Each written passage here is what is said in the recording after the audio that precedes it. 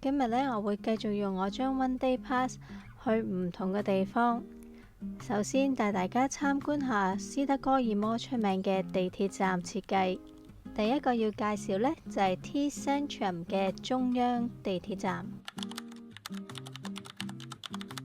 呢個地鐵站呢，係1957年就通車啦，亦都係第一個展示設計品嘅地鐵站。而藍色月台呢，就正正坐落喺藍線嘅上邊。而呢個站主要嘅色調呢，亦都以藍白色為主。根據導賞員嘅資料，相信設計師呢係為咗喺呢個月台匆匆忙忙轉乘嘅乘客而設計嘅，希望帶俾佢哋一份平和嘅氣氛。下一個要介紹俾大家嘅站呢，就係 Kungsgården， 亦都係 King's Garden 咁解。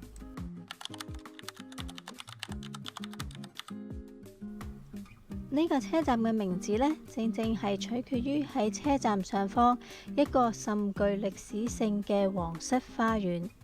而呢個車站所採用嘅顏色呢，主要係以綠色、白色同紅色為主，亦都係參照咗以前法式花園嘅設計。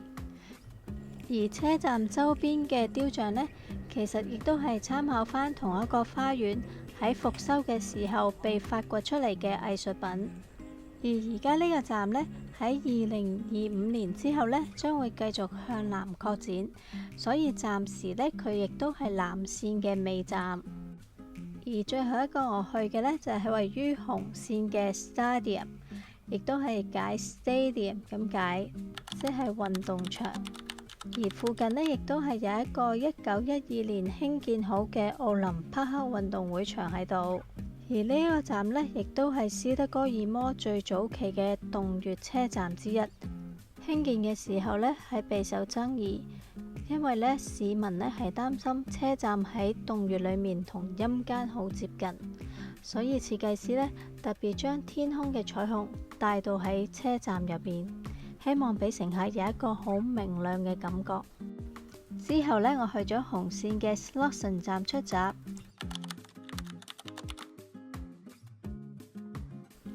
距離舊城區只係一個站，成為年輕人星期六日嚟 chill 嘅地方。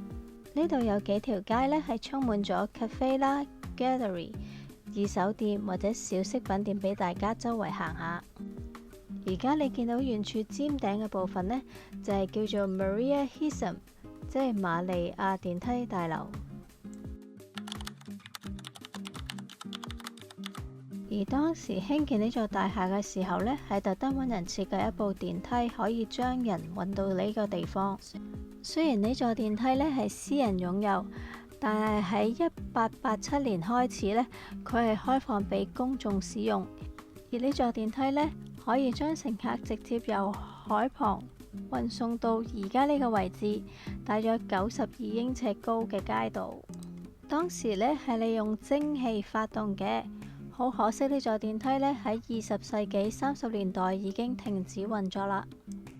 而呢座咁靚嘅哥德式大樓成為咗呢度嘅地標，而且呢度旁邊有一個好靚嘅風景區。等我而家帶大家去睇下。沿住鐵橋中間嘅位置行出去呢，有一個牌係寫住 Montevideo， 跟住路牌幾分鐘之後呢，你就會見到一個依山而建嘅散步道。喺呢度呢，你可以望到整個斯德哥爾摩城市嘅面貌。而家你望到嘅呢，就係舊城區同埋 City Hall 啦。從我嘅左手邊呢，可以繼續向左行，去有一個好小嘅休息地方同埋一個公園仔。而呢度呢，亦都係欣賞日落嘅聖地嚟㗎。而附近都有一間大型嘅浸信會教堂聖 Mary。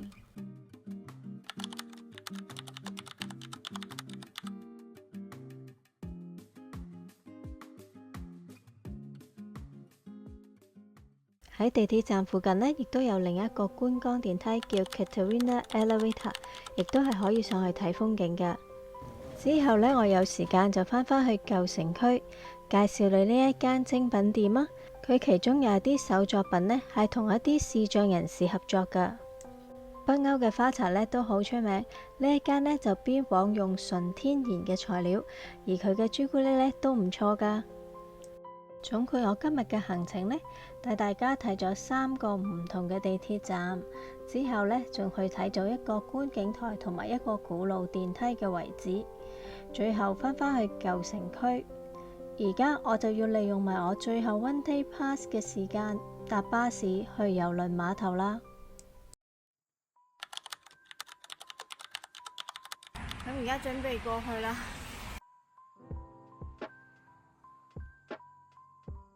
今日星期5啦 ，Friday night 啦，咁所以呢，好多人都可能會 take 個 holiday 去，跟住呢就返嚟啦。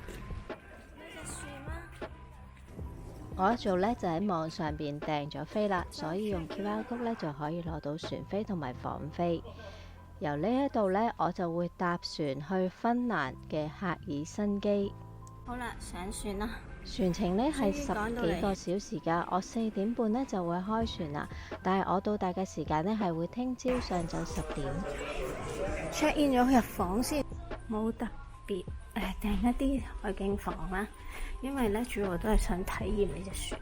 而呢佢係好貴嘅，如果我買 Euro Pass 啦，咁我係半價，咁其實抵過你 book 酒店。今晚呢個簡單嘅單人房呢，我連埋船飛間房價半價之後呢，只係50蚊 Euro， 係咪好抵呢？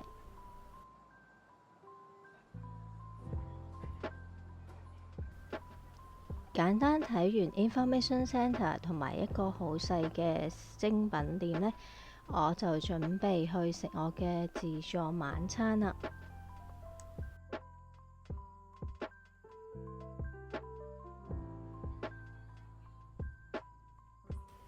而呢個自助餐呢係另外收費嘅，大約46蚊歐羅啦，種類我就覺得唔算好多啦。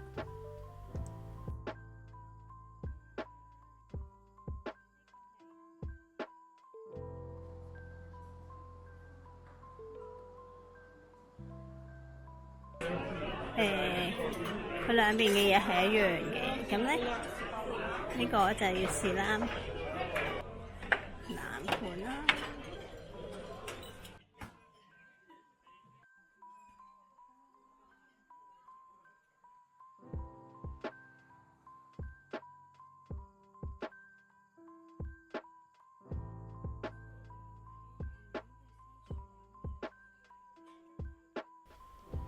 至於船上邊嘅免費娛樂設施，我下一集會陸續介紹俾大家。有啤酒。如果大家喜歡我呢個 channel， 希望你可以訂閱、留言、分享同埋俾個 like 我。下集見。